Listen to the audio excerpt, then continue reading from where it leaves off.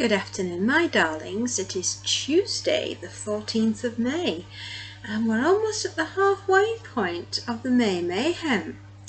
And I brought you a little bit of a treat again because, hey, it's a Tuesday and Tuesdays are cool days. Yeah, there we are. Richard Matheson's Hell House. Now, this was first published in 1971. In fact, I could tell you just by reading this. By Viking Press Incorporated in 1971. And this one was renewed in 1999 by Richard Matheson by Tor Books. But I bought this when my youngest child was about 2 years old. So I'd say around about 2006 I bought this, and actually I paid money for this. I went into Waterstones and, well, I say I bought it, my husband bought it for me because he buys all my books. Anyway, this is Hell House, and Hell House is quite the ghost story of houses. It is the Mount Everest of haunted houses, is Hell House, and it is owned by Belasco, who's a bit of a yeah, he's not a nice man. He's the devil's got competition with Belasco. He really does. I mean, can any soul survive? Hell House is regarded as the Mount Everest of haunted houses. Belasco House has witnessed scenes of almost unimaginable horror and depravity. 2 previous expeditions to investigate its secrets met with disaster. The participants destroyed by murder, suicide, or insanity. Now a new investigation has been mounted. 4 strangers, each with his or her own reason for daring the unknown torments and temptations of the mansion. It is horror, paranormal, and a mystery book. Yeah. I also have this on audio as well. So if you actually don't have time to delve into the book, but you're interested in the story, there is an audio version available for you, my darlings. And anytime I can get hold of an audio for you, I will damn well put it up. If I can get a movie of said book, I will put that up as well, just for your viewing pleasures. Oh yes, I am that nice. I'm a fairy after all. So, your main protagonists in this. Yeah, should we do those first?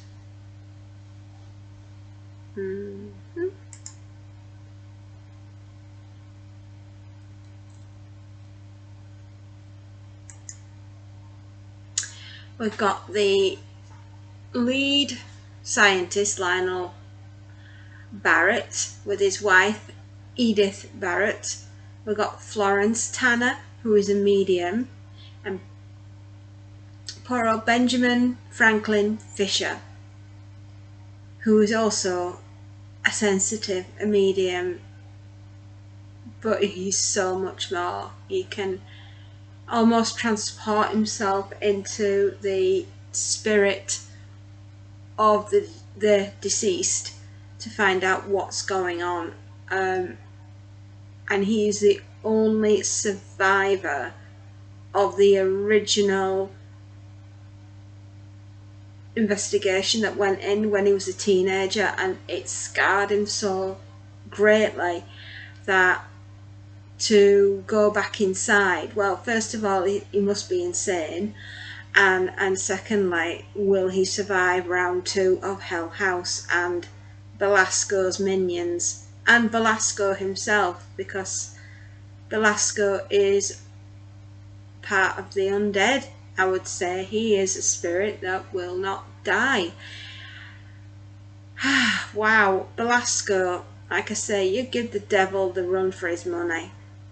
And it really is the Mount Everest of haunted houses. There's not enough money in the world that anyone could ever pay me to go in and study this house. It's just like, hashtag no stars, would not recommend. No, please don't pay me, I ain't going.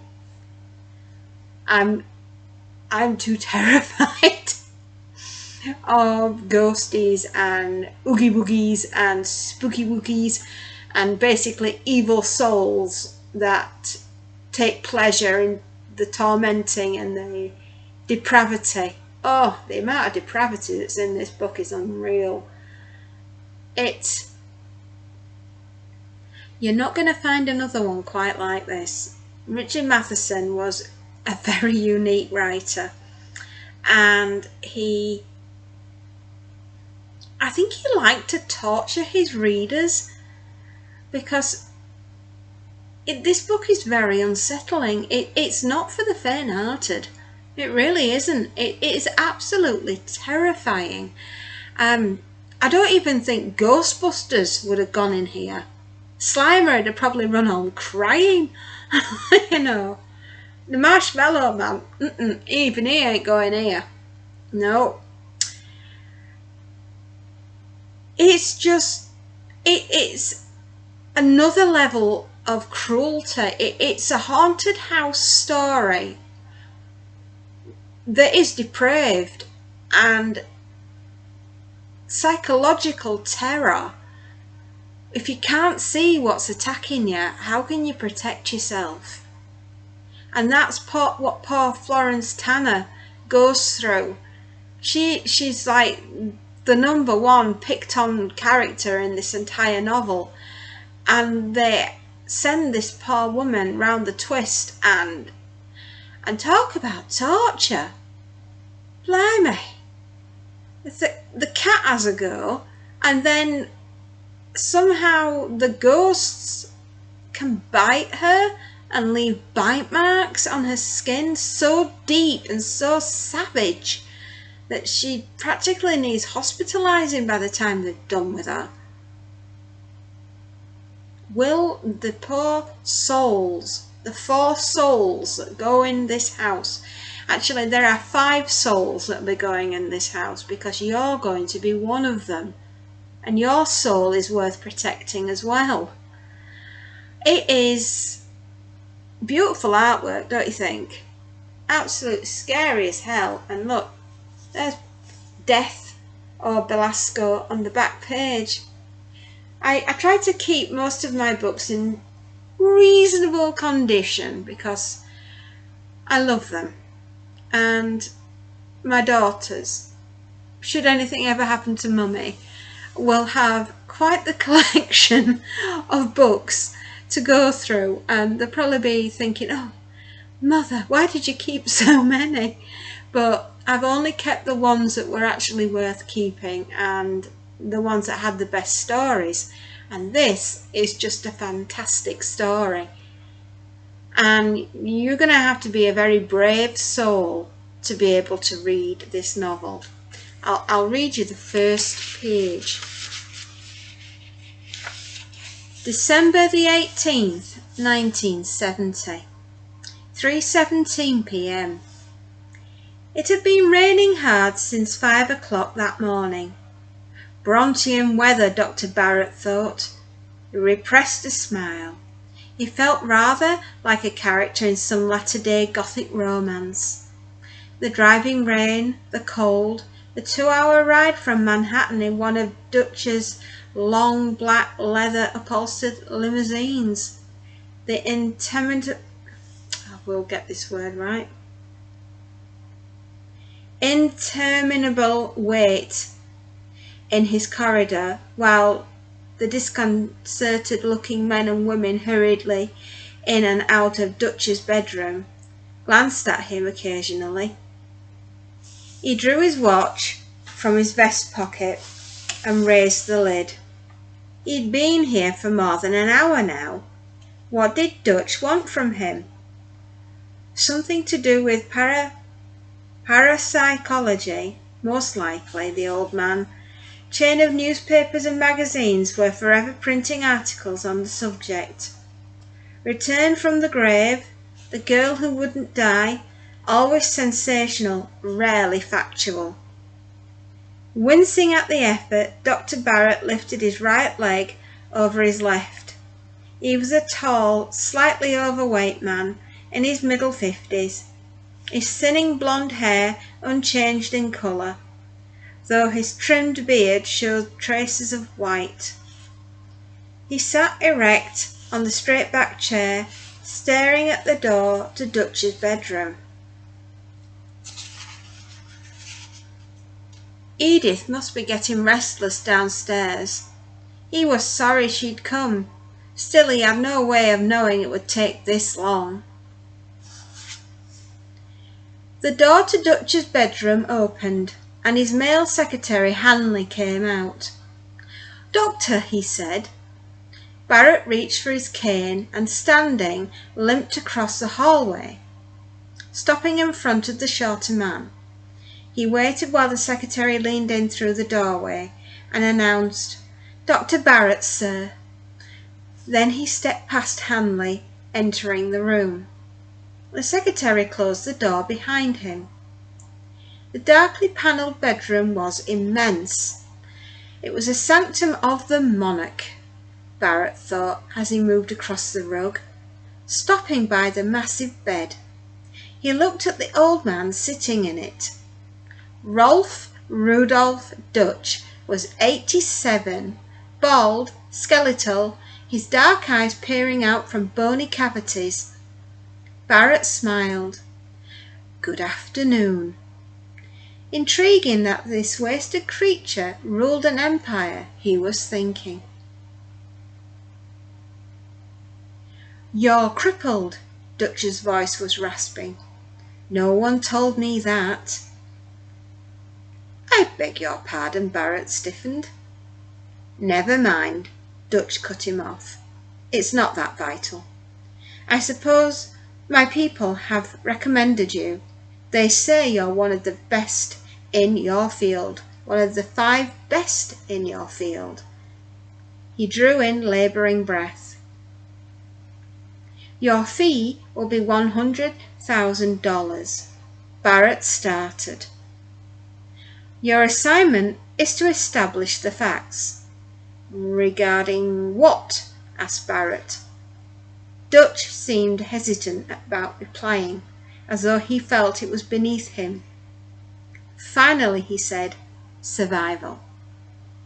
"You want me to tell me if it's factual or not?" Barrett's heart sank. That amount of money would make all the difference in the world to him. Still, how could he in conscience accept it on such grounds? "It isn't lies I want," Dutch told him. "I'll buy the answer either way, so long as it's definitive." Barrett felt a roil of despair. "How can I convince you either way?" He was compelled to say it. "By giving me facts," Dutch answered irritably. "Where am I to find them? I'm a physicist. In the 20 years I've studied parapsychology, I've yet to—" "If they exist," Dutch interrupted, "you'll find them in the only place on earth I know of where survival has yet to be refuted. The Belasco House in Maine." "Hell House?" Something glittered in the old man's eyes. "Hell House," he said. "Well, if that doesn't put the willies up ya and give you the oogie boogie boogie heebie-jeebies, I don't know what will. It's an absolute roller coaster from that point onwards, and nothing must be discounted. Everything is on the table here, including your very soul." and the souls of these poor people. The cook and the head housekeeper will not stay at night and really barely want to go in during the day. They basically go in, give provisions, and then scuttle off as fast as their little feet can carry them. They're only going to be there for a week, I believe. I think it was a week that they were there for.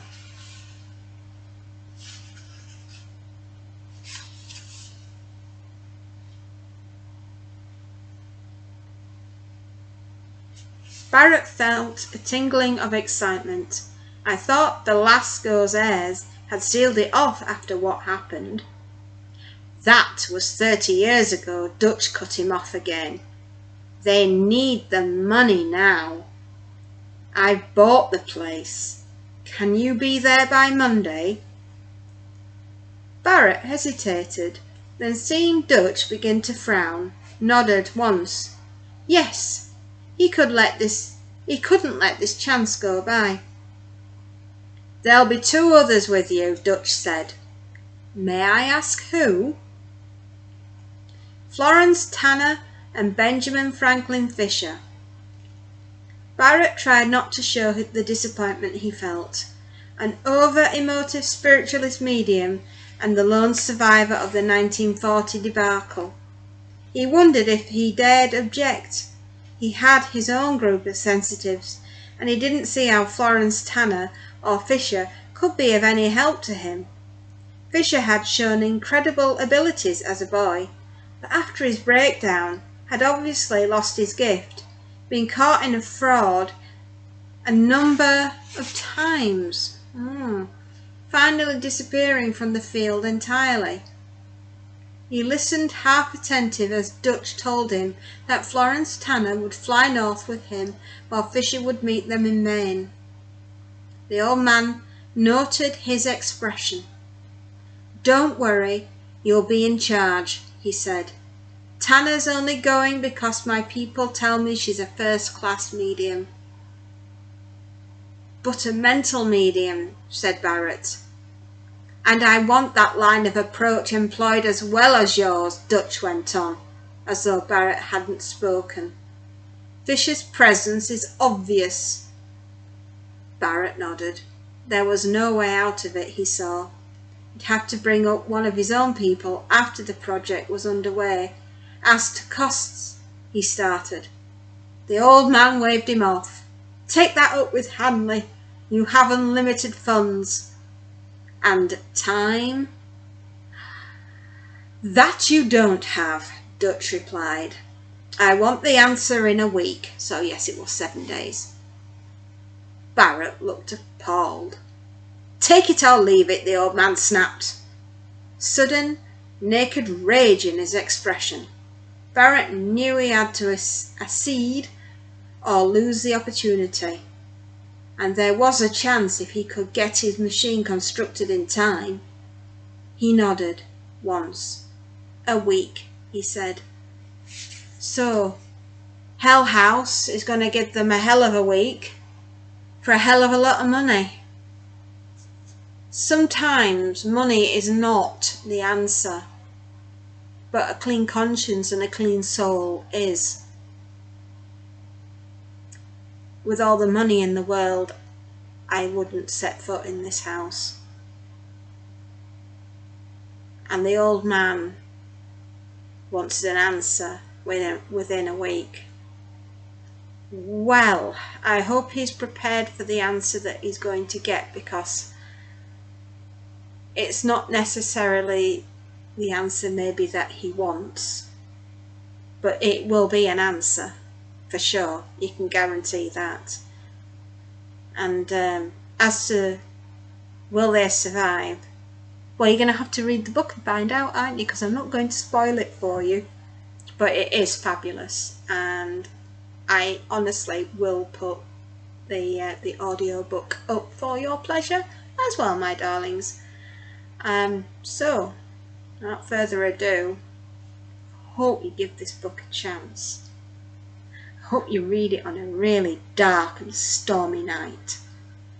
And I hope it scares the absolute oogie boogies out of you, because it did me, and to this day I still go back and I still read this book if I want a genuine, proper horror. One that really gets under your skin and itches the top of your scalp and leaves you wondering if somebody was reading the book with you over your shoulder, but you just can't see them. Yes, my darlings, give yourselves a treat, give yourselves Hell House. You won't regret it. You might not sleep for a while, but you won't regret it. And until tomorrow, I will say happy readings, my darlings, and enjoy. Take care.